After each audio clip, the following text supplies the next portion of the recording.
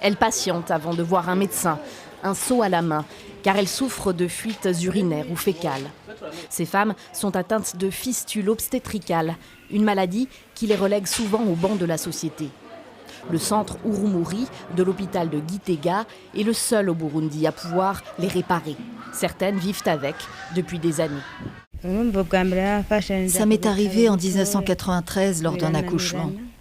Je suis allée dans un centre de santé, ils n'ont pas pu m'aider. Alors je suis allée dans un hôpital à Bururi.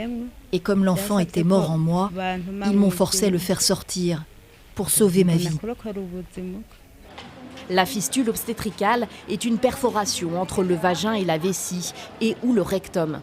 Elle survient souvent après un accouchement long et difficile et par manque de soins adaptés.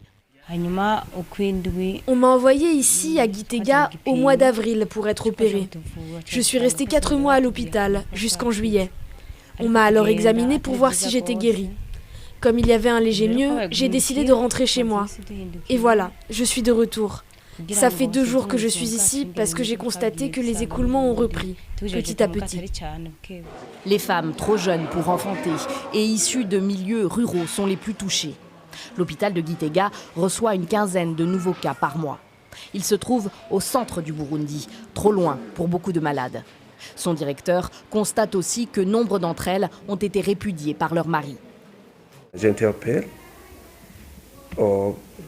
les maris dont leurs femmes souffrent de fistules obstétricales et plutôt de ne pas les discriminer, c'est une maladie qu'on peut guérir. Lorsqu'ils sont soignés, ils sont bien traités et ils sont guéris. Et en fait, ils retournent chez elles et vivent comme les autres femmes. L'information commence à passer.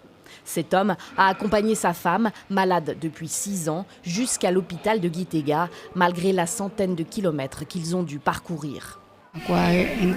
Mon épouse a une fistule et des douleurs dans le ventre. Elle souffre beaucoup. Je demande à ces hommes qui rejettent leurs femmes malades d'être patients et de les amener dans des centres pour se faire soigner. Tout vient du Créateur. Depuis début septembre et pour 2 mois, une campagne nationale de sensibilisation a été lancée dans tout le pays pour que la maladie soit mieux connue et que les femmes atteintes de fistules sachent qu'elles peuvent être soignées ici et gratuitement.